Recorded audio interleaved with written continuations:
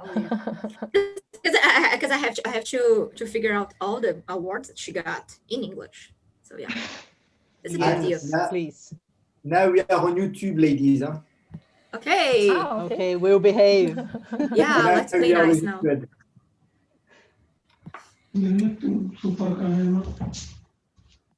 Just before starting, and it's not formal, I will not introduce today, but I wanted to warmly thank you, everyone, and I would like to express how much I'm glad नहीं नहीं सोए to थे attend this अभी session उठे today. I know I will learn. Light जलाओ You all have amazing career, amazing background, and we are all looking for this session. I also know Anne and Renata that it's the beginning, and I hope it will last many years of the Institute of Technology and Ethics, which is a very serious topic with your smiles. So we can make it in a good way, but it's a very serious topic. So I'm so happy that we can tackle it together and to learn. Hi Bruno, thank you for joining us. So I will leave it to you now, Anne. The Sure. floor is yours and enjoy. Thank you so much. Thank you, everybody, for being here. I'm so excited to hear what all of you have to say, and thank you so much for taking your time and being here to talk to us today. So, well, first of all, I want to tell everybody that this event actually kicks out the beginning of our institute. It's the Innovation and Technology Institute. We are going to talk a lot about ethics and technology. Thank you, Bruno. In a website, and we want everybody to join the discussion. So this is one of the first talks that we're going to promote, and we have amazing panelists here.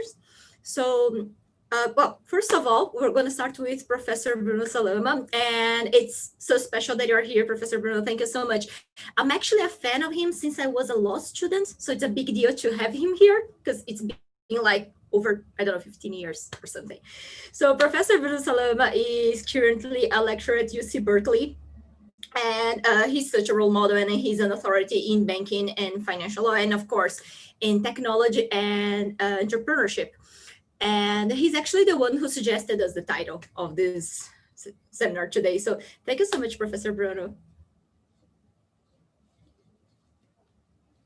Thank you very much. Should I go first, Annie, for my presentation?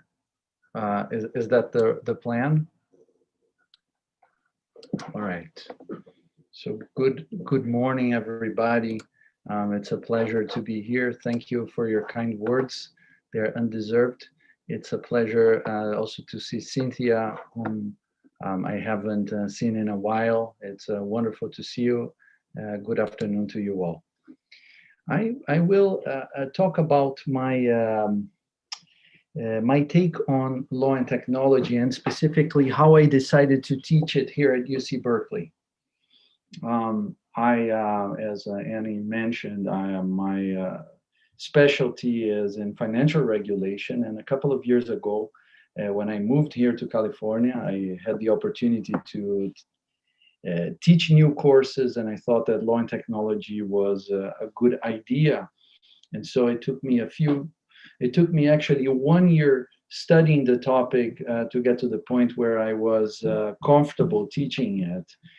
And the starting point to teach a course for the first time is, of course, to try to understand what people are doing when they teach law and technology. And I've come to the conclusion that there are two types of law and technology courses out there. The first one is when people ask the following question: how is a certain field of law impacted by a technology? And so people will, instructors will discuss IP mostly, but also constitutional law, especially privacy and contract law, and all sorts of, and all fields of law, and try to understand how the technology is changing the law. Then the second kinds of courses that I have found is a discussion of how certain specific technologies are being regulated. And so you find cyber law and blockchain law and internet law and so on and so forth. So the first idea is to ask, how is a specific field of law impacted by technology, right? So IP is always like a great starting point. How is, patent law or copyrights be impacted by new technologies? The other one is to ask about how the law should discipline specific technologies. And I've come to the conclusion that both approaches are not a discussion of law and technology proper. They are not a discussion about how the law relates to the technology, which is a more abstract question. These are discussions about different approaches, right? So there are discussions about how a law field is impacted by the technology, how best to regulate a certain technology, but they still fail to tell us how the law relates to the technology. And the main question I've concluded in the discussion about the relationship between law as an abstract idea and technology as another abstract idea, the main question in this relationship goes like this. The question is, does technology determine the social context, including, of course, the law? Or rather, does law, alongside, of course, other social forces, tradition, culture, politics, but does the law determine the technology? So can we, in other words, can we even regulate technology? Or rather, is this all an illusion? Is it not the case that technology is simply driving us in a certain direction? So this is the question that I decided in my course to address.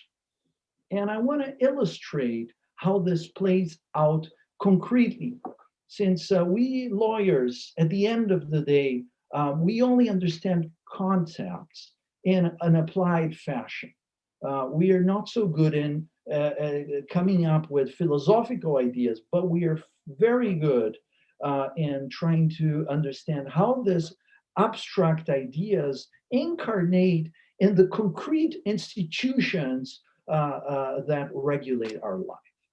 And today I will illustrate this question, this tough question, by discussing family law. Let's consider the problem of recognition of children, okay, and specifically fatherhood. Fatherhood is important, for example, for the purposes of inheritance, right? There is a person who claims to be the son of a certain man and therefore claims an inheritance right, okay? Well, how does the law deal with the problem of fatherhood? We lawyers, especially like myself, I've moved to the US, but there's some things we carry with ourselves from where we come from. And we like to start addressing questions by asking how they were regulated in Rome. And how was the problem of fatherhood regulated in Rome? In Rome, the idea was that the father is always uncertain. Pater semper incertus est. The father is always unknown, incertus, uncertain. And so how did the Romans deal with that? Well, the law was that the father is the person to whom the marriage points. If the kid and the father look completely different, it still doesn't matter. The person who is married to the mother who gave birth is the father. We would call that today a conclusive presumption, or a presumption iuri et de jure, okay? A presumption that no matter what evidence you can come up with, it will not be rebutted.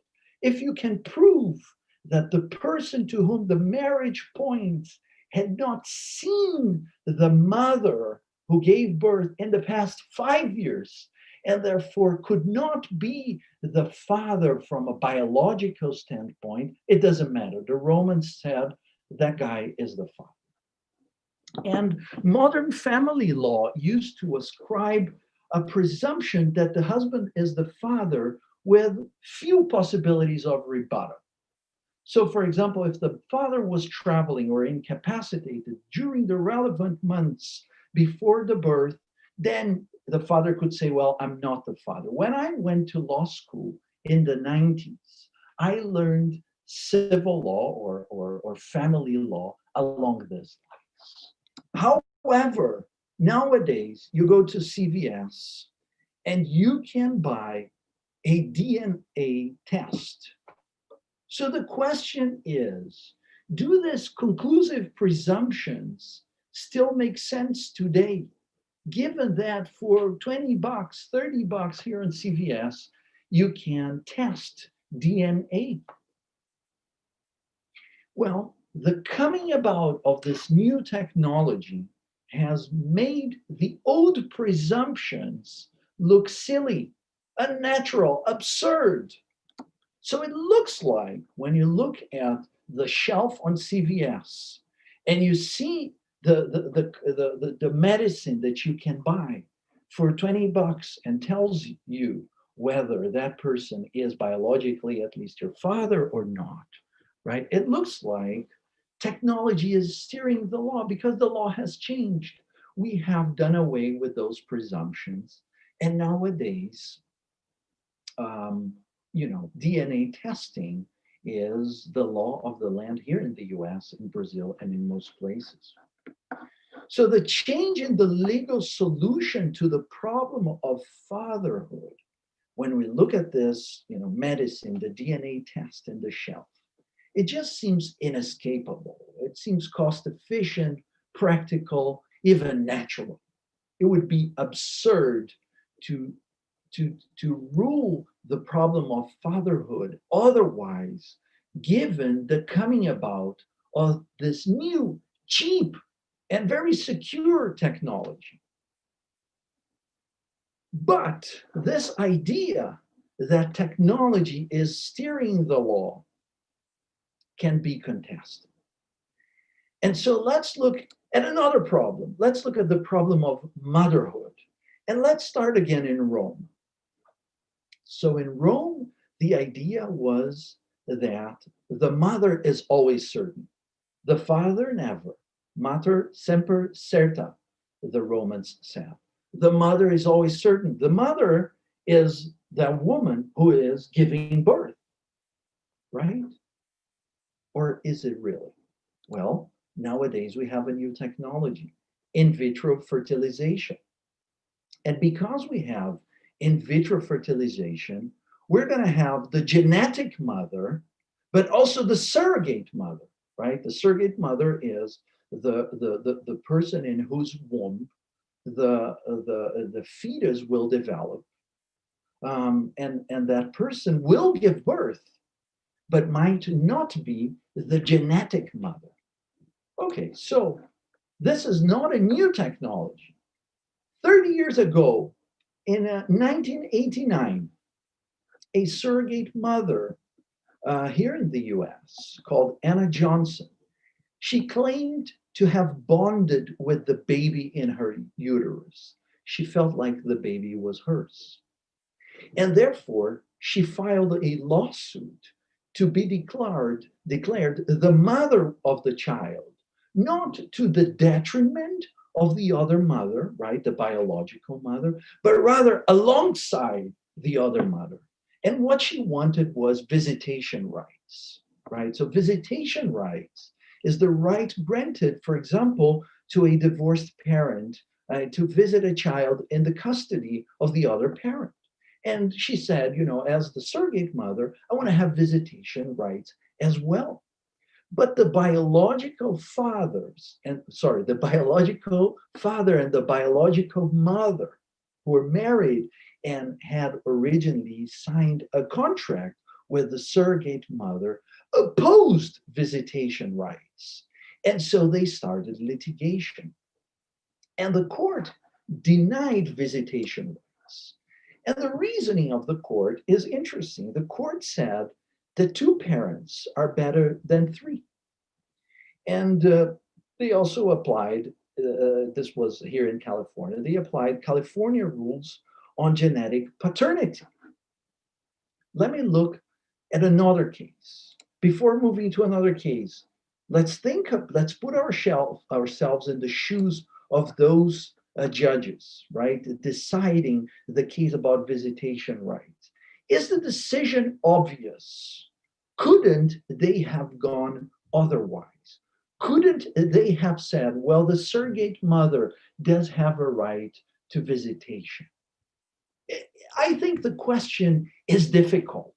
When you look at the fatherhood and the DNA test, it seems absurd to decide who the father is by a method other than the DNA testing. But what about the mother here? Well, let's look at another case. A child was placed in foster care. This is a case 10 years ago here in California. A child was placed in foster care after her biological mother and the only parent listed on the child's birth certificate was incarcerated, okay? Because the biological father was virtually absent from the child's life and was not a presumed parent under the law because the parents were never married. Okay, so the father was out of the picture and the mother was incarcerated and the child was placed into foster care. However, the child's court-appointed counsel sought to keep the child out of foster care by arguing that the child had an additional parent. The biological mother had a same-sex partner who was married to the biological mother at the time that the child was born. Okay? So how did the court here in California decide?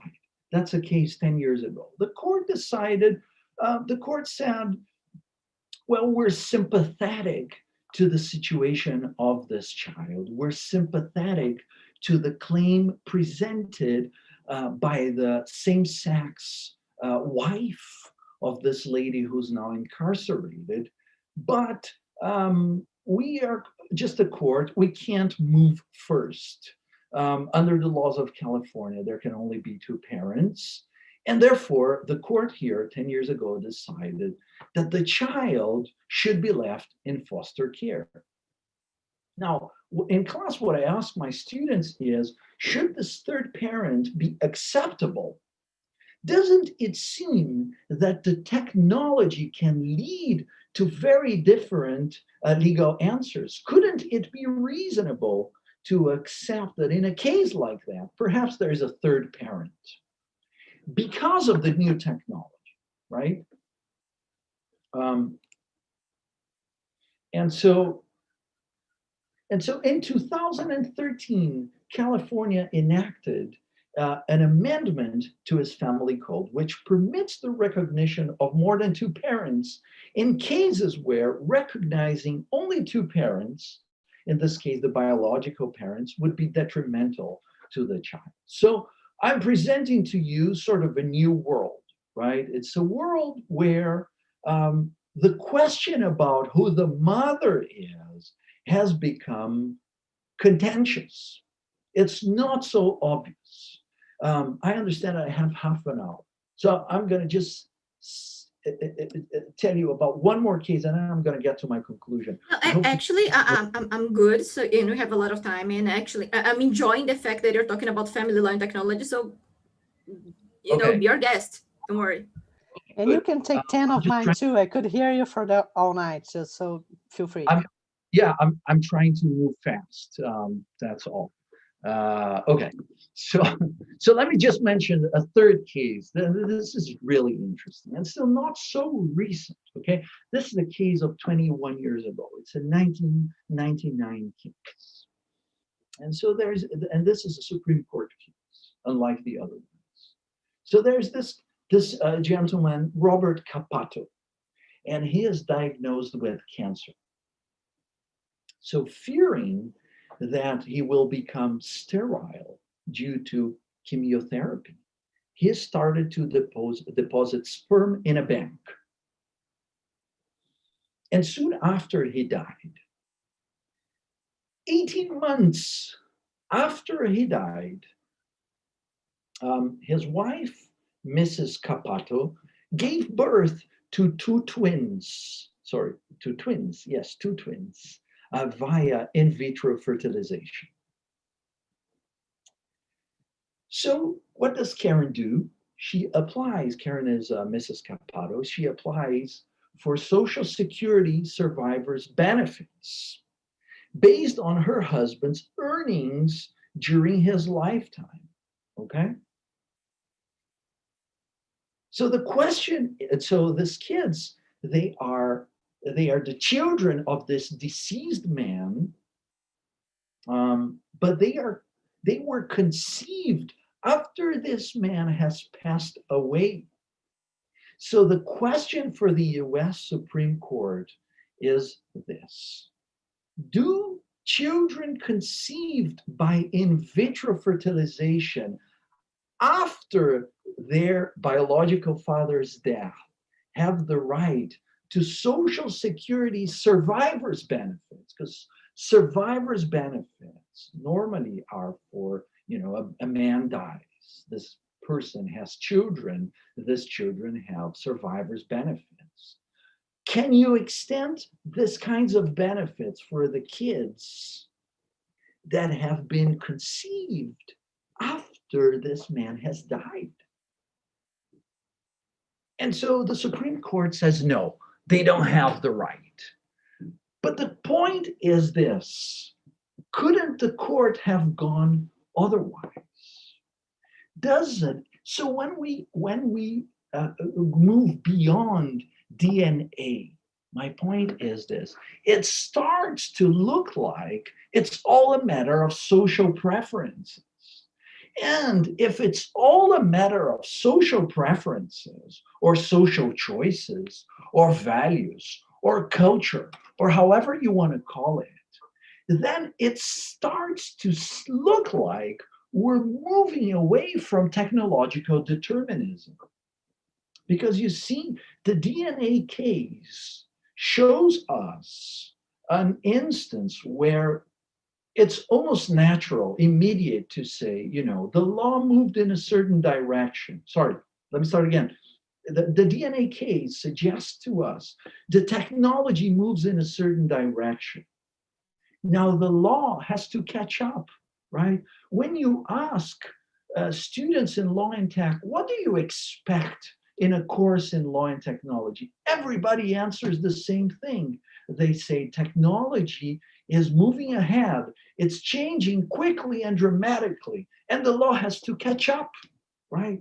So that's why Annie agreed to titling this talk, is the law catching up with technology? Because this is the baseline for everybody, right? Technology is changing, and the law has to catch up. But when you say that the law has to catch up, what it implies is that the law should move in a certain way that's sort of obvious or natural or efficient or inescapable. But when you look at other cases, then, well, it starts to look like it's all a matter of social preferences.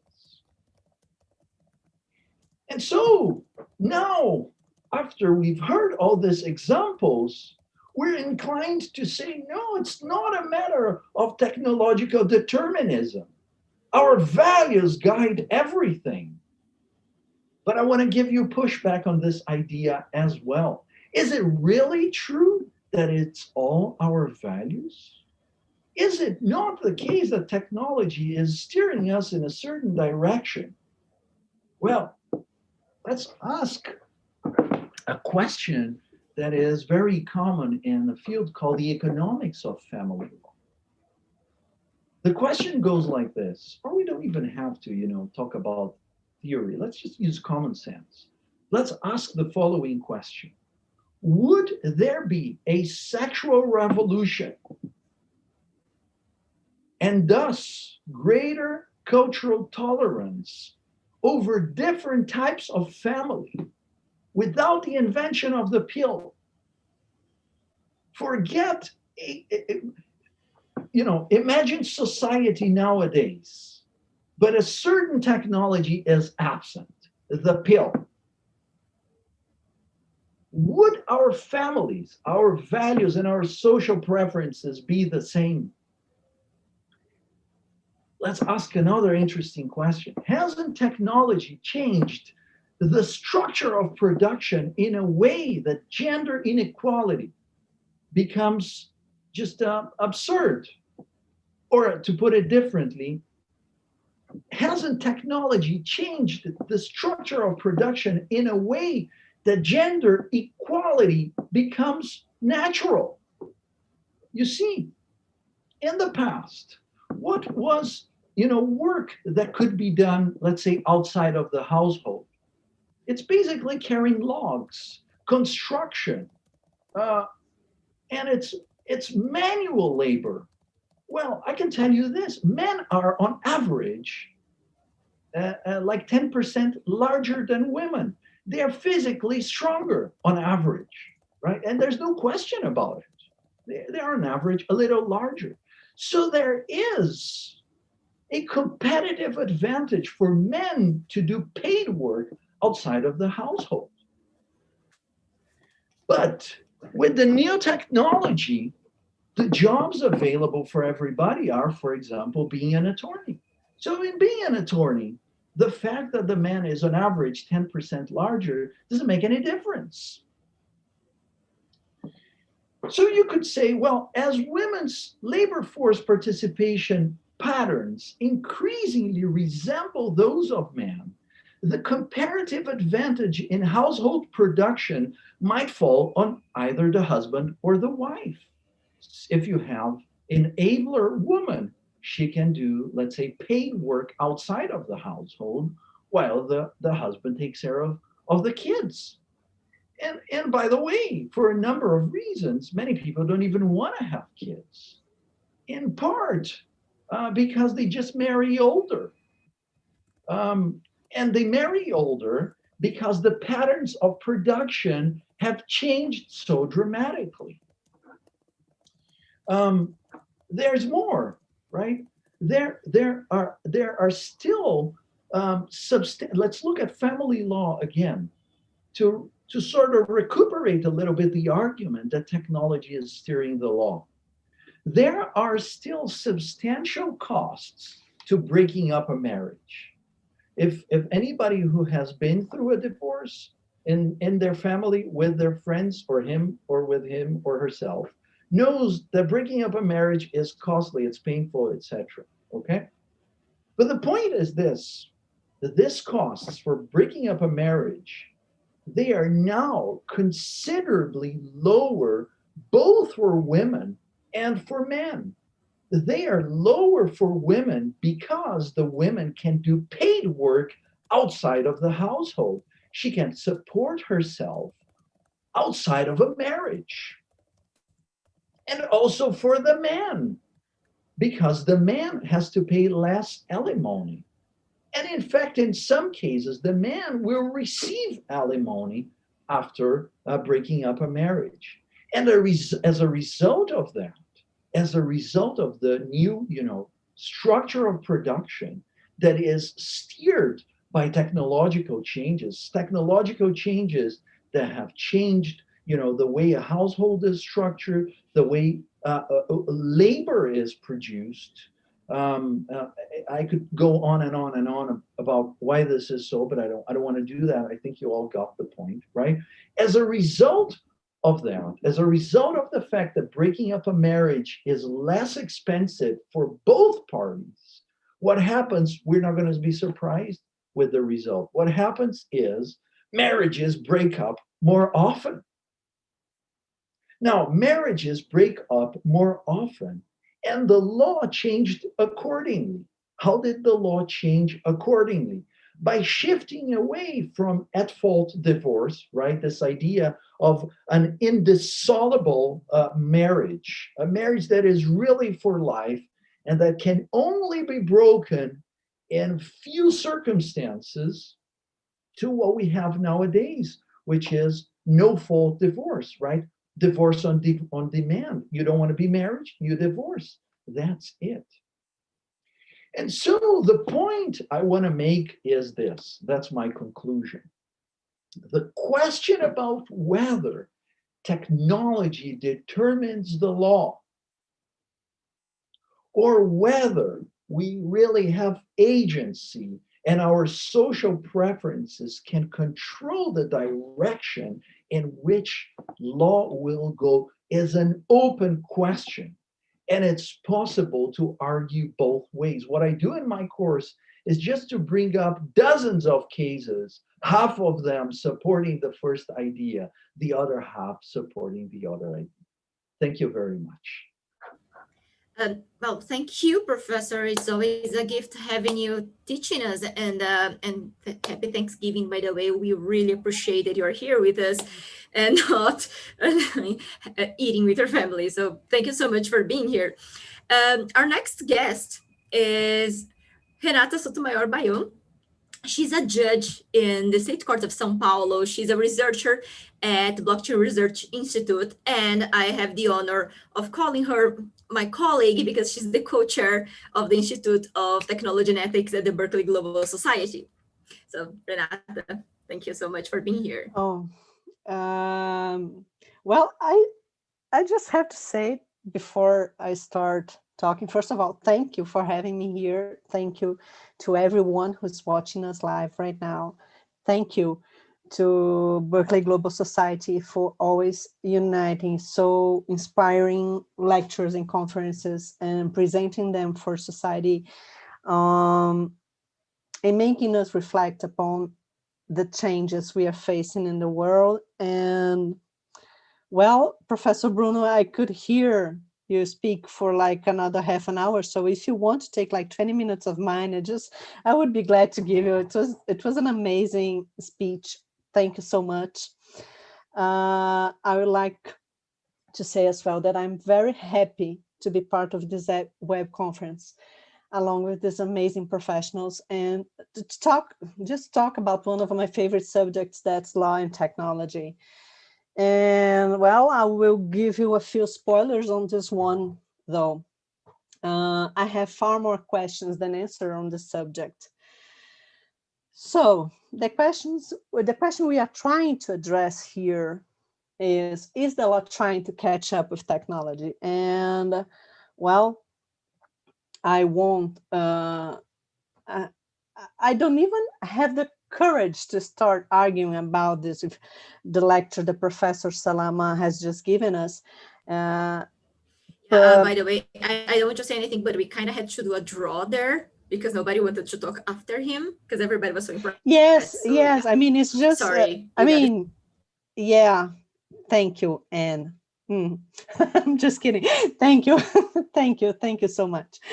But well, the question about this question seems to imply that technology will bring innovation along the way of its adoption, you know, because the technology itself wouldn't have that so much of a value if it doesn't bring some kind of innovation in culture or society. So law not only will have to deal with technology itself and maybe a few perks here and there concerning the technology, the scientific aspects of the technology, but with its main side effect, that is innovation and all the new relations and behaviors that will emerge in society from it. And the struggle is real, and it's not something new.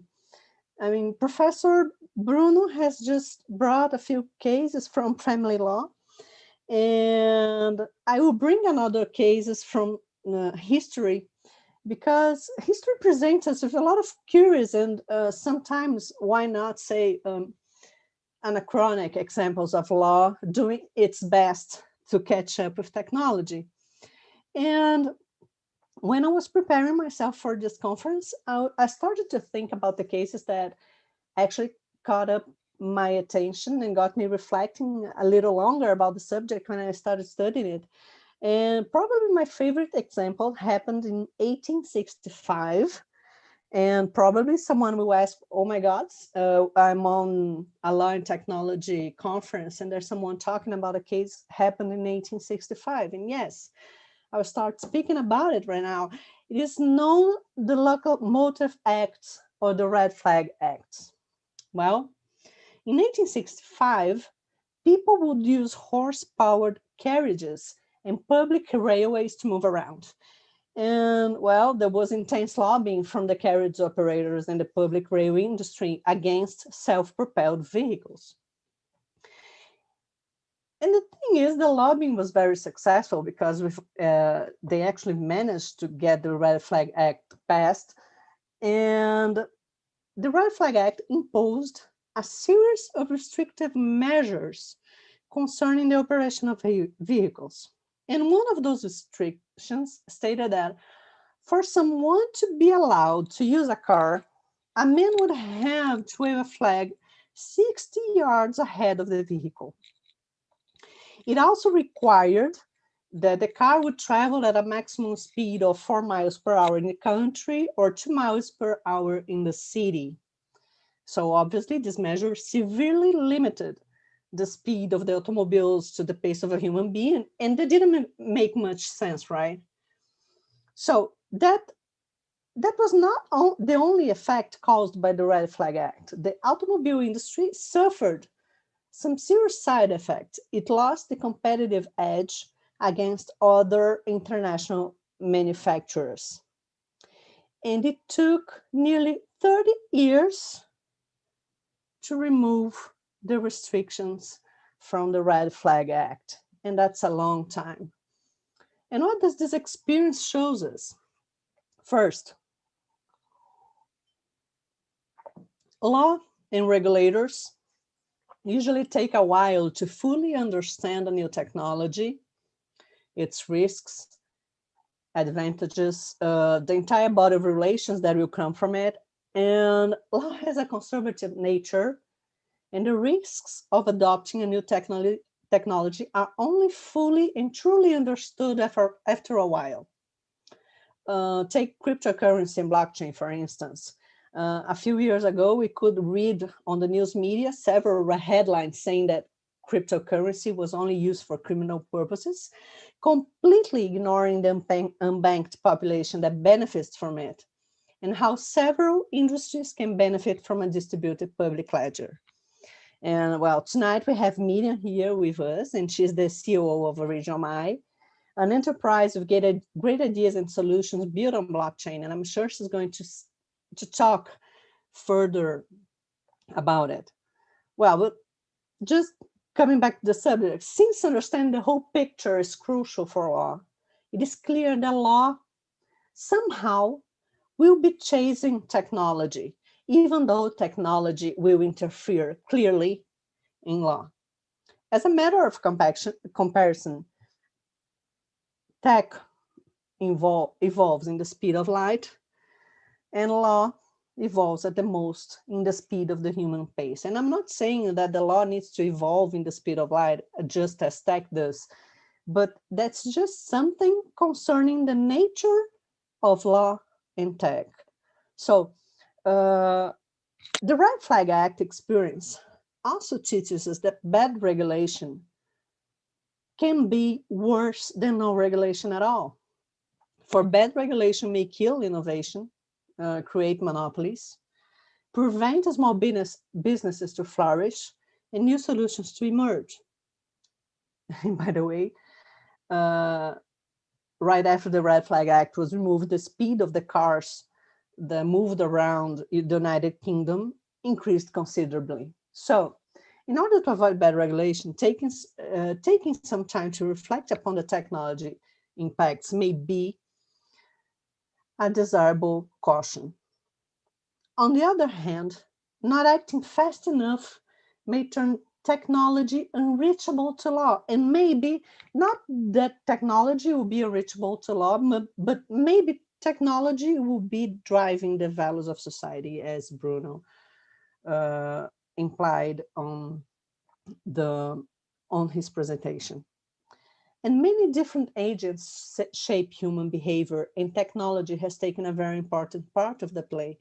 So there are particular classes of technology that can actually shape how people think and affect how people act, stimulating desirable conducts and completely avoiding the user to behave in undesirable ways.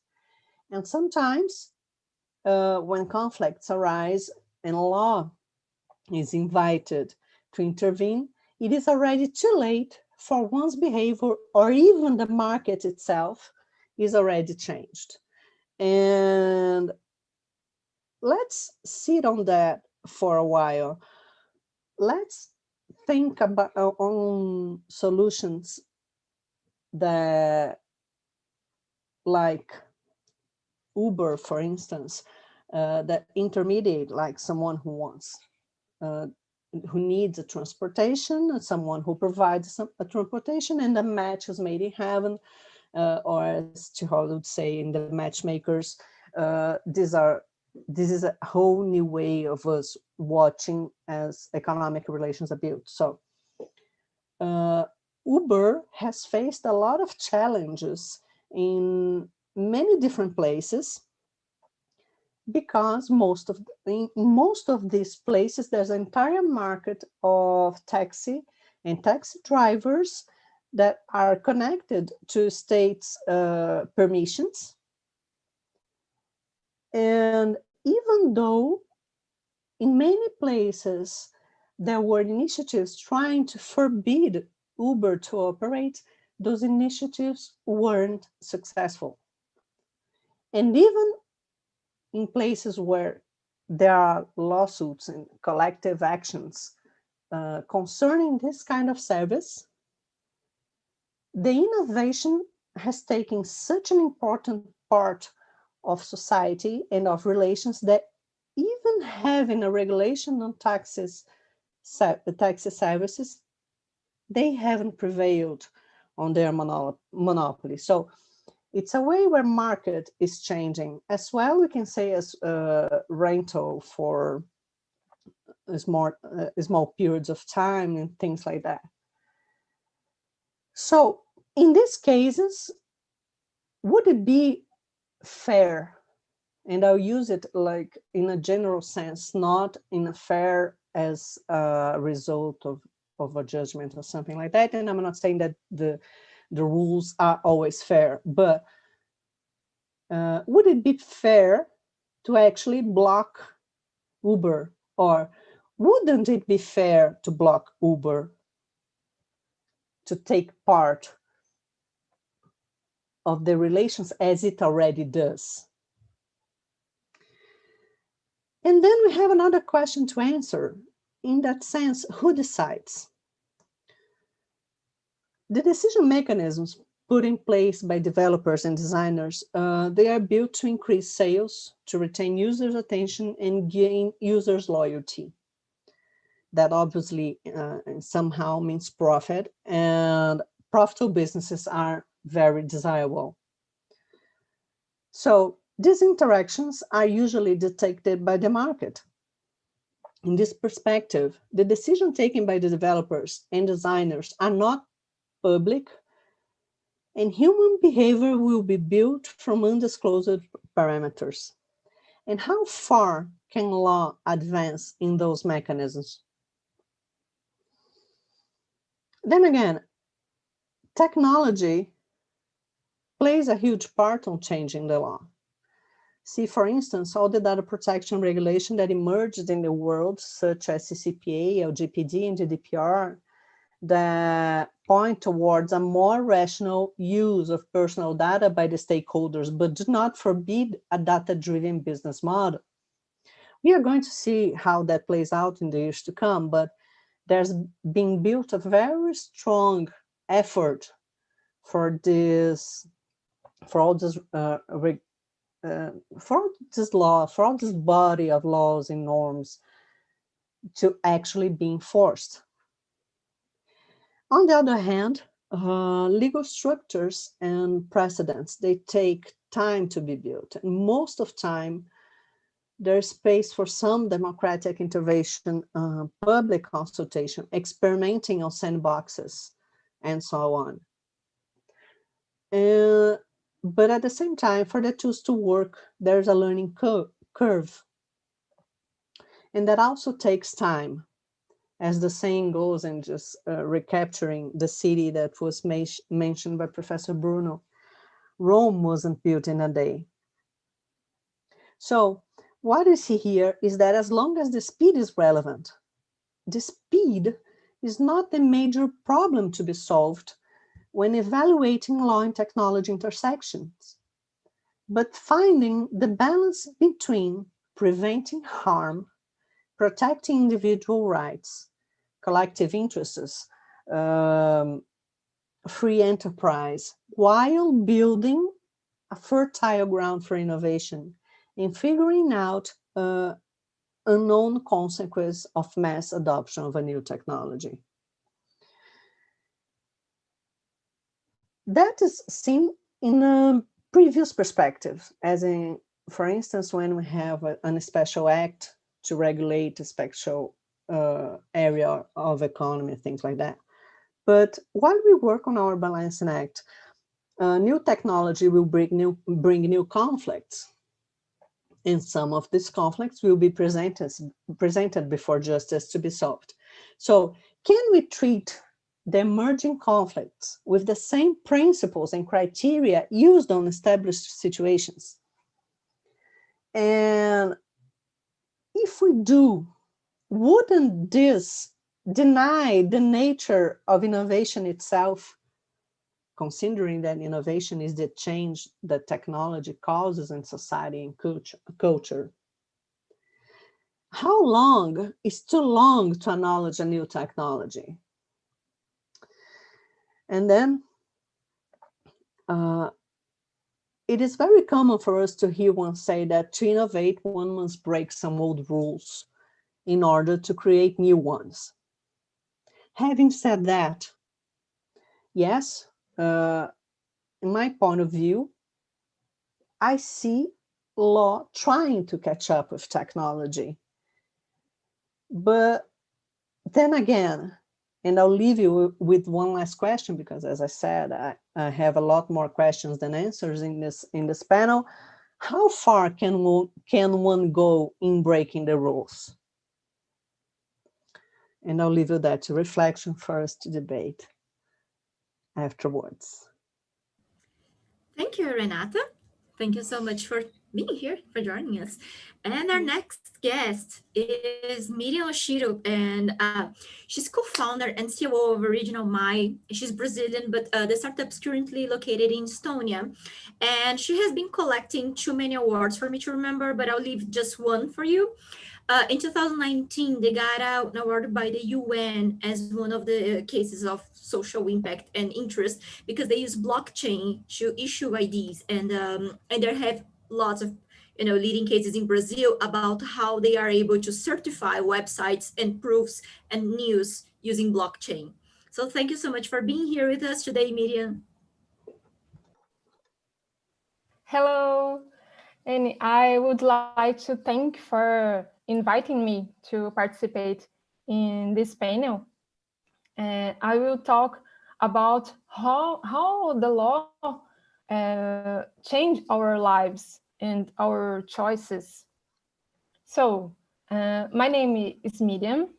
I'm from Brazil, and I started Original My in 2015 with the intention of providing a simple, fast, and cheap platform for creators like musicians, writers, to prove the authorship of their creations. Here in Brazil, this process takes a few months. It is expensive, and because of that, many authors have nothing to prove their authorship. Through blockchain technology, we were able to build this platform for creators to have this proof with a timestamp for their creations. Since then, we have evolved a lot.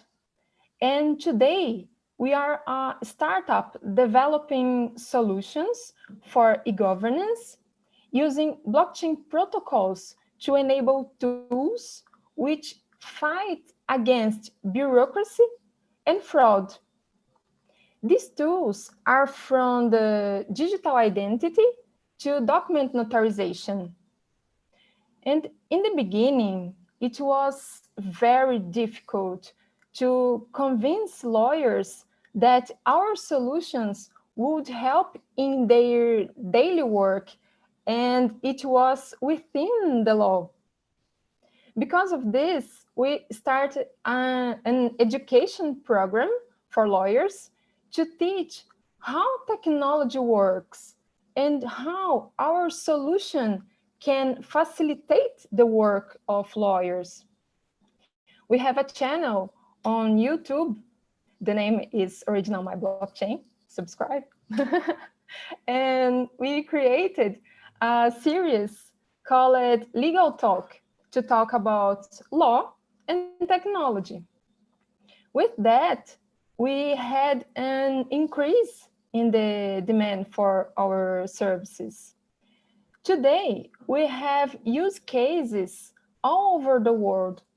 Some very important as two bills that were approved here in Brazil from the application Mudamos, which means we change. This application uses the tools that we created for citizens' identification and signatures in bills, and already has more than 400,000 signatures.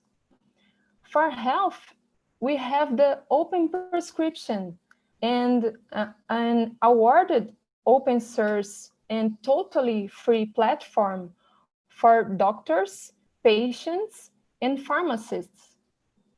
With a validated identity, the doctor can prescribe and digitally sign all the prescription for the patient and send them electronically to the patient and pharmacy.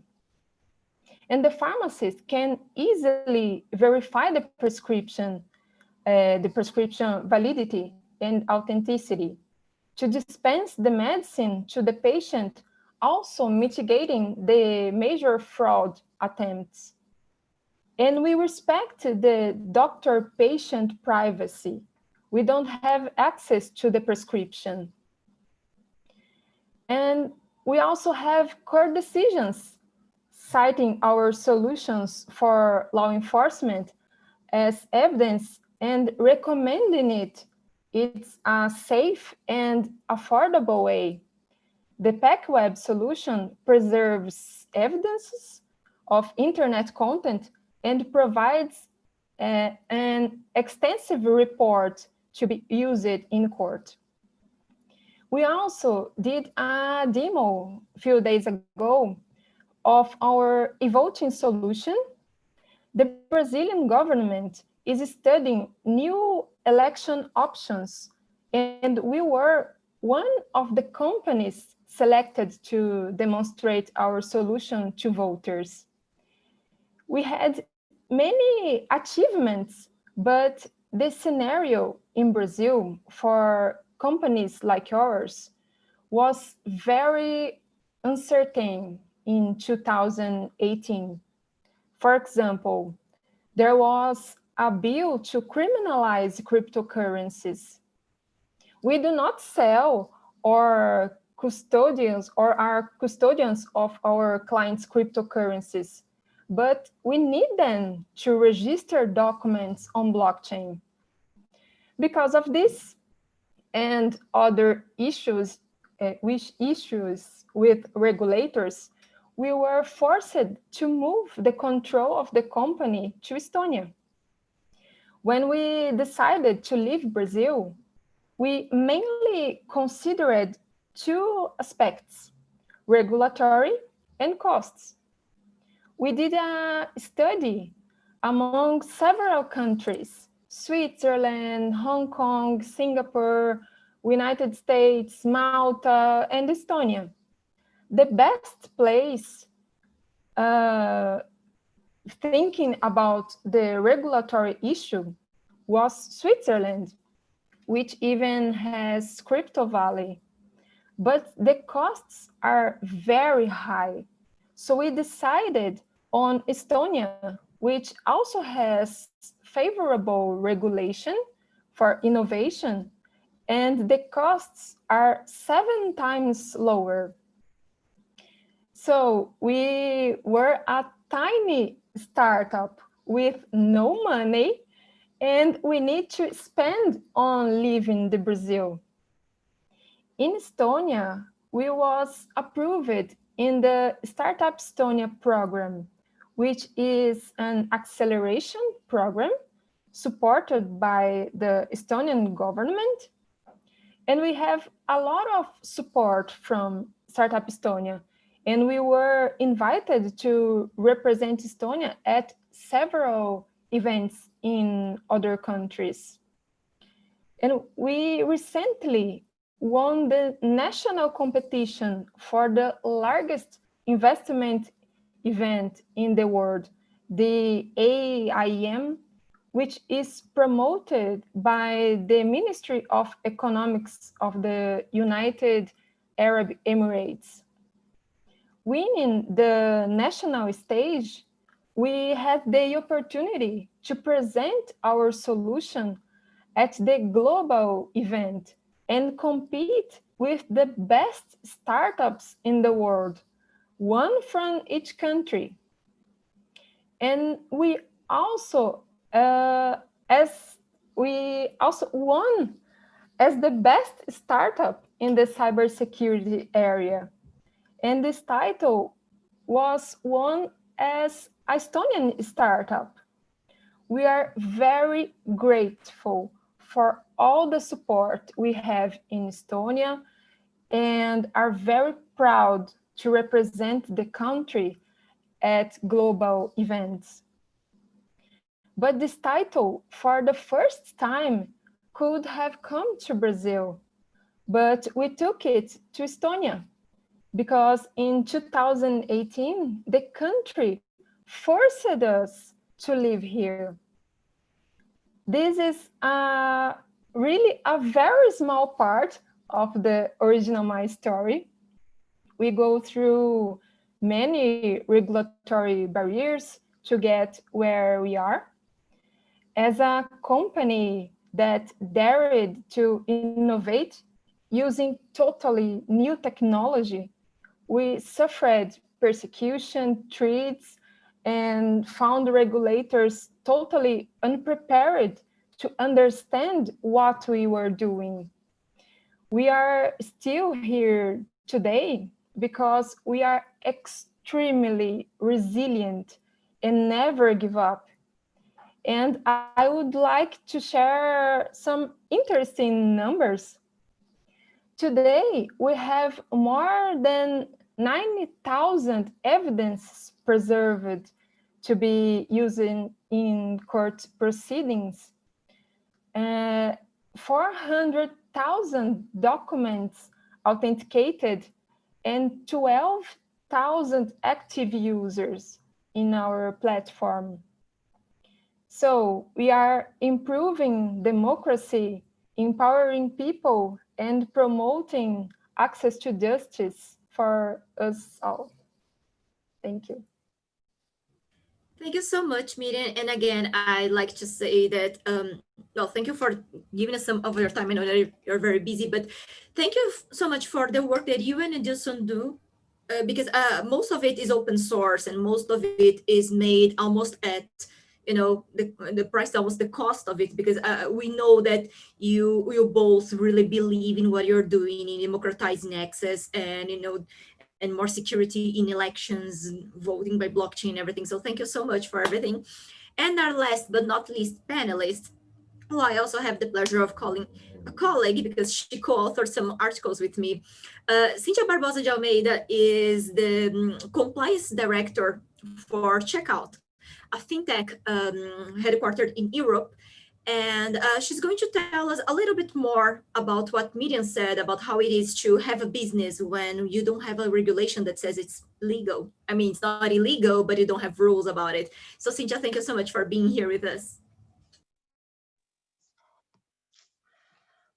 Hi, everyone. Thank you for the invitation. I believe that's the first thing that I should mention here. And it's a great honor to be part of this event alongside with the previous panelists that are great. I know almost all of them and I have a great admiration. And wow, what a great mission to be the last speaker and yet keep everyone's attention. I'll try my best. And just a quick disclaimer that I'm here today is speaking under my personal capacity, which means that the opinion expressed here is mine and not reflects Checkout's view. Well, with that being said, I believe we can start. And we already heard a lot about technology, innovation, law, and how all of them combined are interacting or sometimes not, if they are catching up or if they are not. And I'll focus more on challenges that startups and fintechs usually face on a daily basis, considering barriers to innovation. And in the end, explain a little bit more about trends in payments and illustrate with practical cases. So here we go. Bottom line, when we are talking about innovation challenges, I believe that we are essentially talking about barriers that companies are facing in their routines. And that's really no different when you're talking about a startup or a fintech. We are just in a fast pace, to be honest, but we are facing and struggling like the rest of the market to see everything and be online and be present, and more than that, be new, fresh. And I would like to discuss a little bit about three main topics that we usually face when you're talking about barriers. And I believe that the first one is cultural and organization barriers to innovation. They are commonly known, and I believe everyone here already present or really faced this and near your own skin, as the top-down command or vertical hierarchy, and how we are trying to work with this and how this impacts really what we are doing. Here are some startups. They noticed that there was room for improvement with consensus-based commands and also horizontal hierarchy that created an environment to enable people to really embrace attempts, failure as part of the culture. So people feel that they are more motivated to take higher risks. Let's try this. Let's do this. And what if it doesn't work? It really doesn't matter. It's part of the journey, you know, then that's the best part. And being said this, it can really work on one hand because we are empowering people to try different things. But on the other way, it also seems that we are trying to fix one problem, but creating another one. And what happens that here began some governance problems due to the lack of formality when you are talking about decision-making process, when you are talking about difficulties to set limits, responsibilities, prerogatives from a corporate law perspective. And I believe Annie and Renata, Miriam, Bruno, everyone already saw this, and that's very frequent and often we can see that kind of thing happening in startups. And one thing on that I would like for everyone to keep in mind, especially those that work on one, is that startups, they are companies. So they can be modern, they can be cool, they can be fast-paced, but we are still companies, which means that we have some standards and patterns to keep on. And we are really a bit different when you're talking about the clothes or the company, but not entirely different. We can have our spaces for lunch, we can have ping pong, we can have video games and everything, but still we need to remember and really catch up with important things when you are talking about formalizing and how we're going to keep track and what was the reasoning for this decision making and everything. Well, moving on and talking about the second barrier that we usually face is also related with strategy and marketing barrier. That's interesting because industry leaders, they usually become very strategically focused on serving the needs of core customers. After all, they are giving us the current money, but they fail to pay attention sometimes and innovate to serve the needs of new customers that are coming to the market. And here is something that people usually say, and I believe that's perfect, that the problem is that we are milking the cow too long, and we need to pay attention on that kind of thing. And another topic that startups also nailed, because their businesses focus on offering tech solutions, of course, but they need to be scalable. And there is no sustainable business model in this fast-paced market with no new customers. So if you need scale, you need new people, and you need to focus on them too. You can't just be focused on things that we already have in the house. That's the point. And considering that's all about volume, which also increases considerably the amount of data being treated by those companies, and therefore the attention to data protection legislation, cybersecurity requirements, and database analysis. I mean, there's really no miracle here. The more you get of anything, the more difficult handling everything with proper care gets. And that's the point, that we should also really pay attention. And that's something that I like to say for tech people, developers, designers, and everyone, that, hey, we are here with a certain purpose, but please mind that we need to keep this on track. We need to handle proper everything that is getting in, everything that is getting out, how we are treating all of this. And moving to the less formal barrier, if I can say like this, it's really process related. So around 2000, literature and companies, they were focusing mainly on process involving new products, new service developments. The trending was to really create. I want to be part of the creation. And while neglecting other aspects that they should be considered, and they are also very relevant here, is that innovation is not just about creating. It's also about presentation. It's also about business model innovation. You can innovate on those aspects also. And finally, companies decided to also focus on methods and process for clarifying the fuzzy front end that we had previously. I mean, no one nowadays is going to like to enter in a website and see something that you take a look and say, well, it's not really pretty, it doesn't seem reliable. And that's probably occurred to you guys, and that's the point. Fuzzy front end, it's really a mess, and we can't afford this.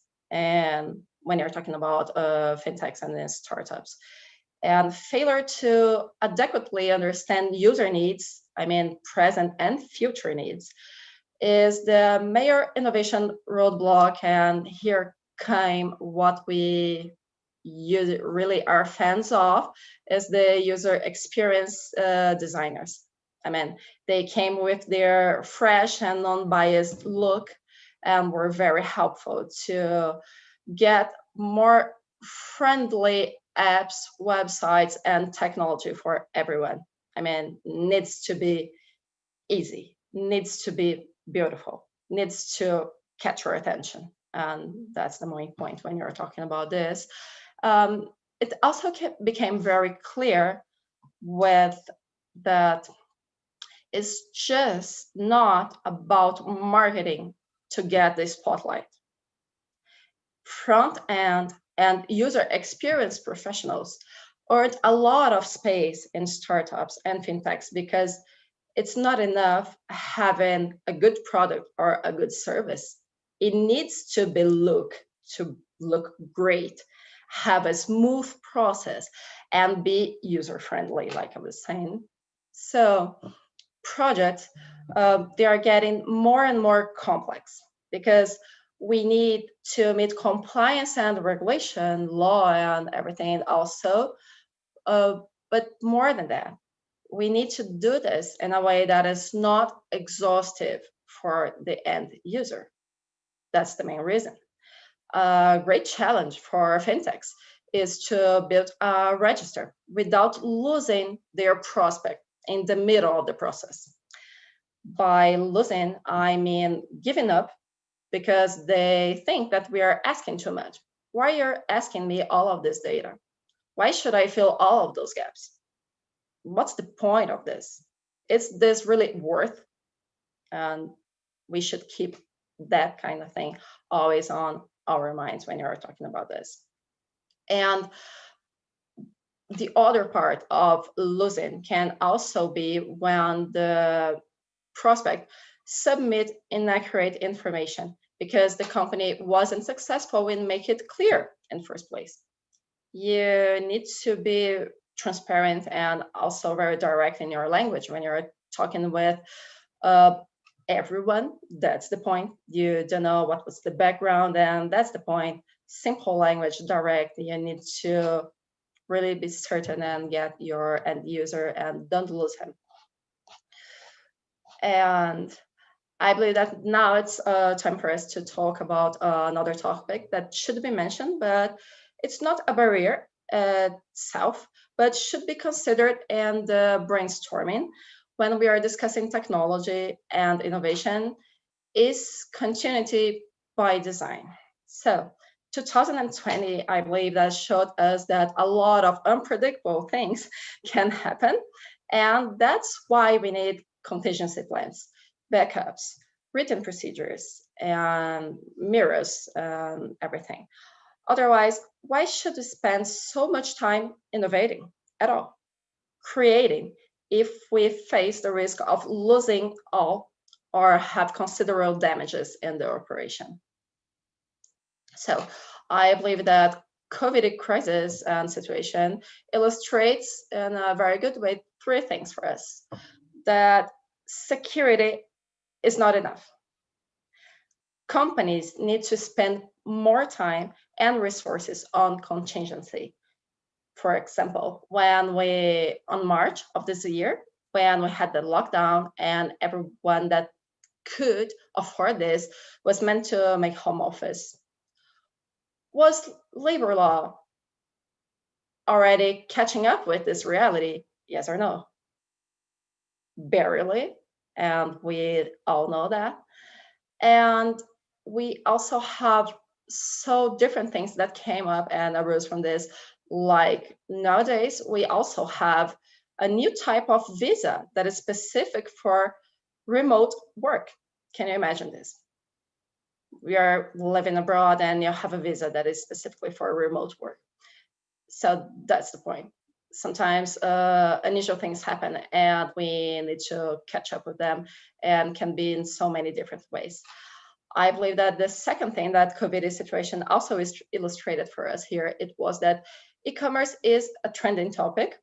I bet that you know someone that never bought online and is buying online this year, like your grandfather or anyone that prefers physical stores, for example. Also, people that already bought online became even more heavy users. And the third one, and probably the best one, at least for me, considering that it's my expertise, is that banking as a service is a challenging reality for a traditional system. So no fees for using credit cards, cashbacks for purchasing, user-friendly apps, customer-oriented support are quite tempting, don't you think? So you are better treated free of charge, almost a miracle, isn't that? And it's hard to believe, but it's like people say nowadays that once you go fintech, you never go back. Hence, probably what traditional banks should be aware of. I mean, and quite recently, we were able to see the results of all of that effort. I mean, fintechs are leading, and by far, I can state here, Pix registrations. Nubank and Mercado Pago, among other fintechs, they more than had 70% of the registrations. And combined at the beginning of the registration, it was interesting that just Nubank had more registrations than all the traditional banks combined. So that's really not something that we are used to see, seeing Itaú, seeing Santander, seeing all of those huge banks combined losing for one new digital bank, a fintech really. So things that are really changing in front of us. And talking about this, it's also interesting that it's not just about leading registrations on Pix, it's also getting more customers. It's also processing more transactions than ever in the case of payment institutions. And talking about that, talking about payments, regulators are really paying attention. And I was discussing this recently that we only have 2 open public consultations right now in Brazilian Central Bank. And guess what? They both are related to payment institutions and service, which is a lot to have on our plate, to be honest. And that's so good to see that regulator is so close and paying attention and seeing very carefully all the movements that we are making. We already know that online and digital are no turning back. And we can see this in the past few years through digital process of banking as a service that was taking place simultaneously with the high-speed, massive cloud storage and data-driven phenomenon of big techs. And speaking of big techs like Google, Amazon, Facebook, and Apple, we can state that they all want a piece of payments cake, if we can state like this. Big techs and big merchants, they plan or are already building their own payment solutions. We also have marketplaces that are already getting bigger than payment institutions, like iFood. I believe that's the most trending topic and everyone's going to know for certain. And we have many others, of course, to list that are already with something in place, like, let us see, we have Ambev Pay with an app for registered merchants. We have Magazine Luiza with Magalu Pagamentos, that is a wallet for merchants. We also have Uber with Uber Cash, that is the prepaid payment solution that they have. We also have Happy Pay, that is a wallet for end users, and Payly, that is a QR code payments for Kuzam.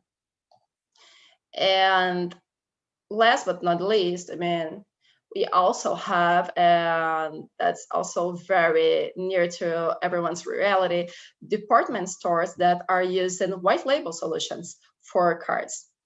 And have you ever gone to, I don't know, Astra, Riachuelo, C&A, Renner, and other places, they have their own cards that you can use inside the store and have greater discounts and among other things. That's the way that they are trying to keep the clients very close. And the point is having the clients close and having the solution inside the store, and also the white label thing that they are not really supposed to care on the technical term.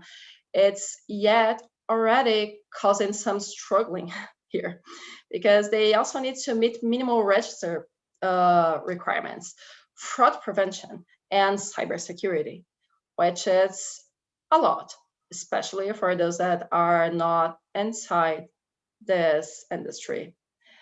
And it was essentially those main topics, those main cases that I wanted to bring here for this discussion. And to sum up, it seems to me that payment is the trend everyone is wanting to get in, but are they fully aware of the huge back office work behind to comply with regulation?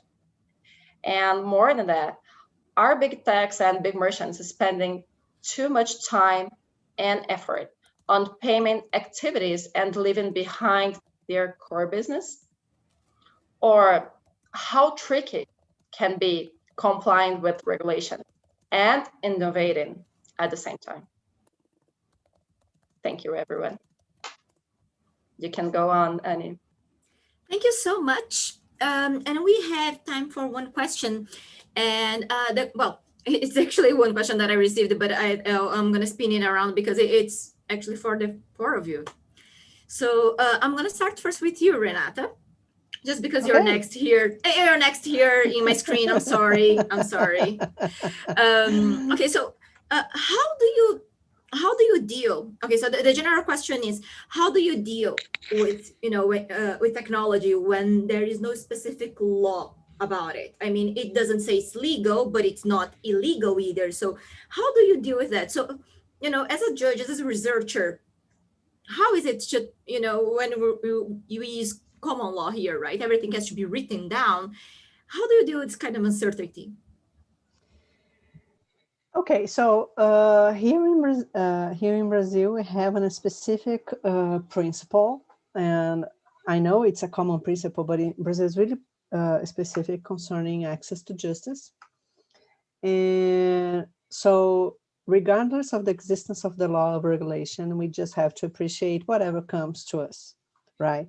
So obviously, sometimes there are fields where you just have to understand how this field works and what are the rights in play, and really try to balance them on a choice that you're going to have to make from a general principle or a general law, or a law that really resembles to the case, and that maybe for its specific characteristics can be applied on a analogical thinking or something like that. And at the same time, I understand that if we're talking on private law, if it's not specified in law, I mean, you can do whatever you want unless it's forbidden. That's a general rule. So if you're, and if I'm, let's say, with a case in front of me, and there's a proof in blockchain, just to bring up original mice case and illustrated. Usually people won't argue about the nature of this proof built on the lawsuit. So I won't need to manifest myself because there's no controversy on this matter. So if people aren't argue about something, I won't even take any time to actually discuss it unless it's something that will actually change the nature of things, or even the main thought about a rule. So Professor Bruno brought family law cases and the evolution of family law and how it dealt with DNA testing. And that's very precise on how we deal with it on courts. There was a time when DNA testing was just something that we would require if the father wouldn't argue about the paternity. And if he denied to take the test, you would assume that he's the father. So everything depends on what are the facts that are being discussed, and what is the nature of the discussion, and what is the repercussion of this discussion.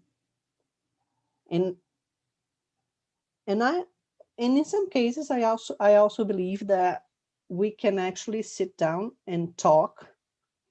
And if there's no law about it, sometimes the best solution is just to bring everyone to the court and speak with the stakeholders and with people who may be interested in that matter, and actually try to find a common solution on a common ground. And that's something that in most of the cases always brought fruitful solutions, especially on unregulated and on dark areas and things like that.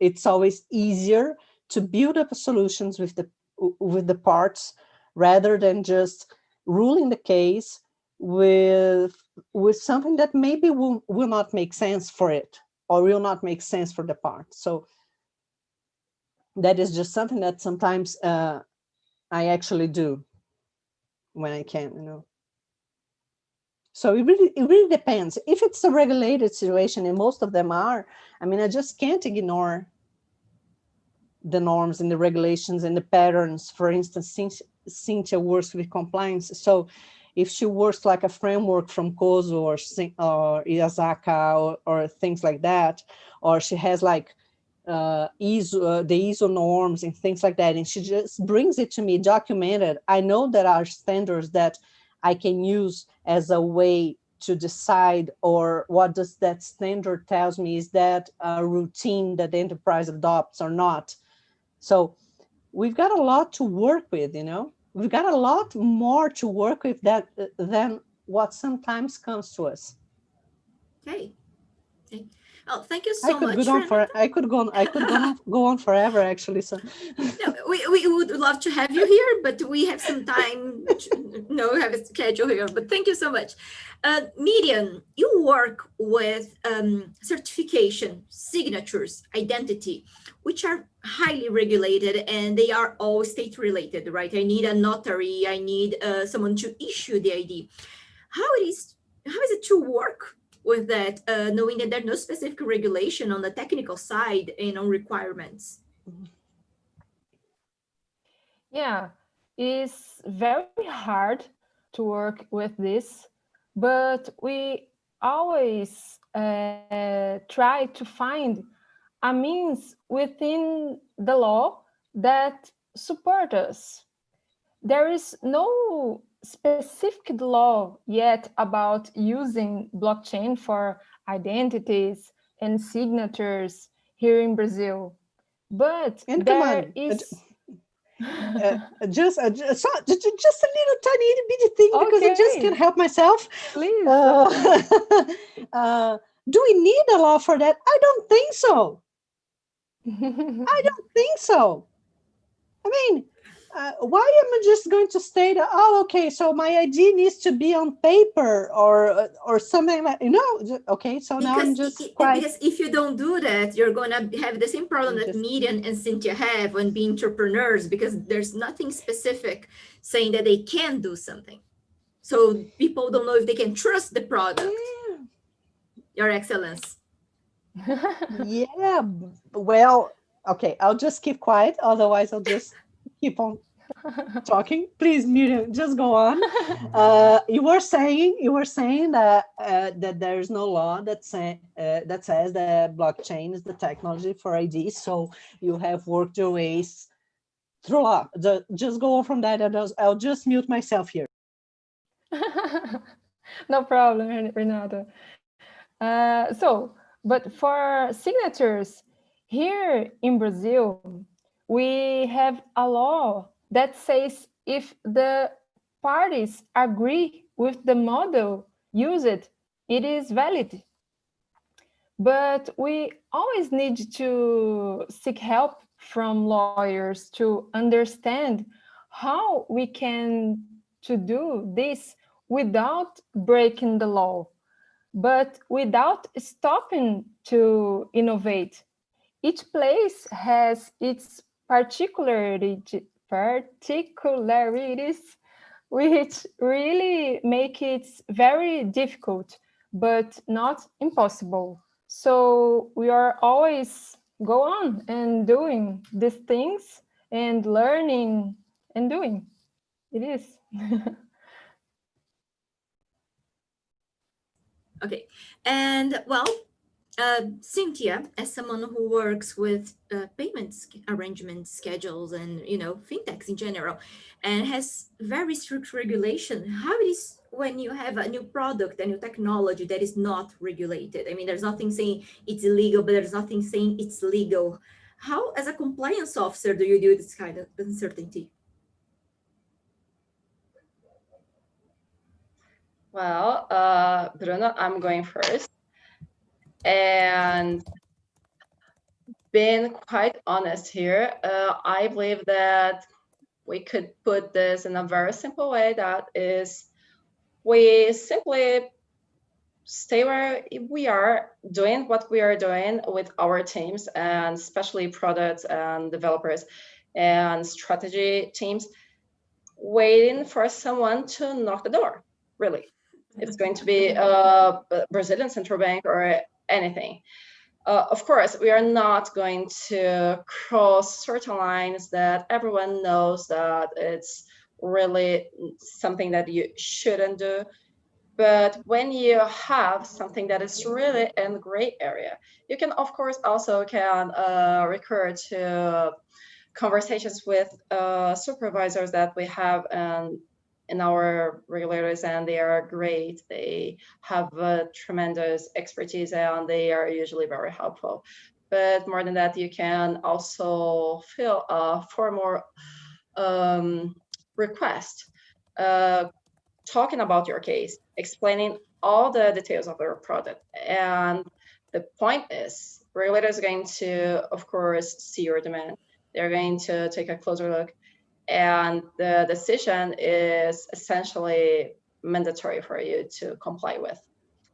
And that's why usually people don't start just talking with regulator at all costs for all the ideas that they are having.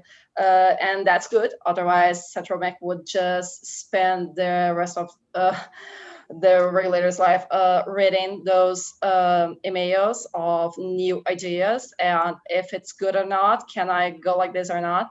And it's also very risky, and when they answer, it's always based on that specific case. You can't get for granted that similar cases from different companies would have the same treatment, because that's really specific, and they can't afford to grant this, like you say, white flag for everyone. And that's quite complex, but essentially teams that are working on technology, they are going to work no matter what happens.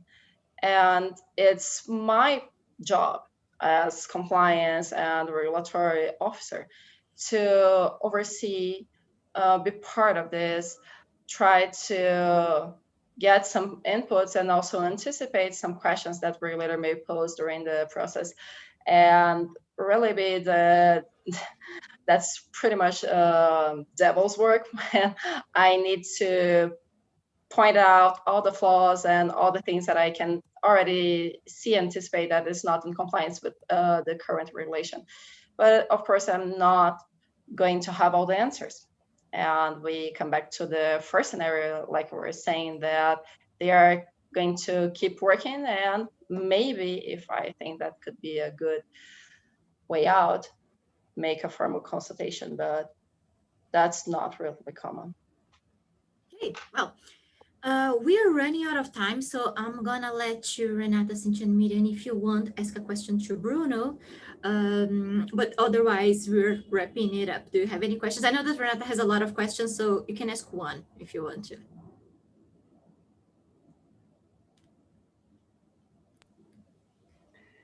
No, yeah, well,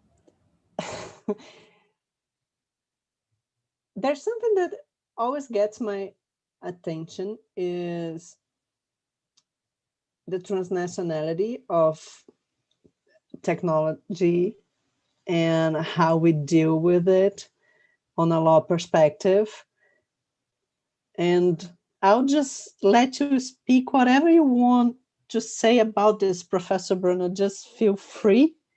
And I won't even take any longer asking anything else, so that you just can use this time just the best way you feel like. So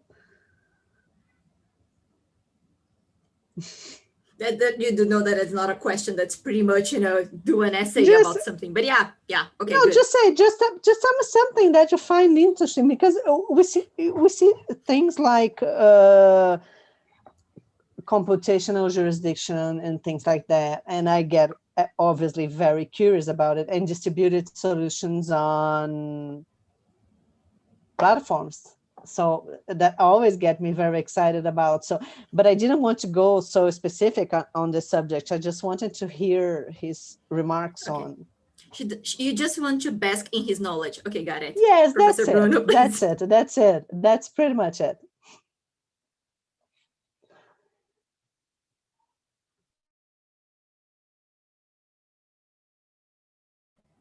You're on mute, Your Professor. mic, yes, your mute is off. Sorry. New technologies, as many of these presentations make clear, especially Cynthia's, have this challenge that they often operate in a regulatory limbo. And so innovators are fearful that they will be shut down. There are many reasons to be fearful of being shut down. And the main reason, of course, is that incumbents are threatened by challengers. And so incumbents, they're stronger, they're wealthier, they're closer to the regulators, they're closer to the politicians, and they will always try to shut down the innovators. I think that the transnational element plays out in this discussion in two ways. With two different strategies. There are those companies that want to receive approval in a specific territory, knowing that they will never be world players. And so these companies have to invest in, they have to invest in lobbying, they have to invest in branding, and they will brand themselves as nationals or national champions or aligned with the national values and so forth. Whereas those companies that want to be international players, they play another game, and that's the game of myth making. And so they will portray themselves as having as the company mission, not that of making a profit, which is the normal thing for any kind of business, but rather that of improving the world. And the interesting thing is these people, they tend to convince themselves very quickly. I am, however, never persuaded, or almost never. A business improves the world insofar as it sells something that somebody is willing to buy, by and large. And so that's, in that sense, businesses are desirable, they are good, they are moral. But you look around and you see this incredible amount of, I would like to say a word that starts with B and the next one is with S. And so you look at companies such as WeWork, for example, and then they file a prospectus for an IPO saying things like, our mission is to increase human consciousness, when in reality, they are a real estate company that leases space for people, for businesses to develop. And so this new businesses, they will engage in myth making, and they will want to spread just this myth, this mythology, which is part of their effort to generating consensus in different places, such that the counter pressure that will be exercised by the incumbents is lessened. So you think about Uber. In every country, there's going to be cab companies, taxi companies that will fight against Uber. And so Uber will portray itself not as a business that has maybe a superior technology, and that makes sense, and will help people move from A to B faster, which is wonderful, but with beyond that, right? And so I tend to look with caution and try to separate the business idea from the myth making. And the curious thing about our times is the myth making on a global scale. And that's almost threatening because it starts to sound like a new religion. And I think that in that respect, the old religions do a much better job.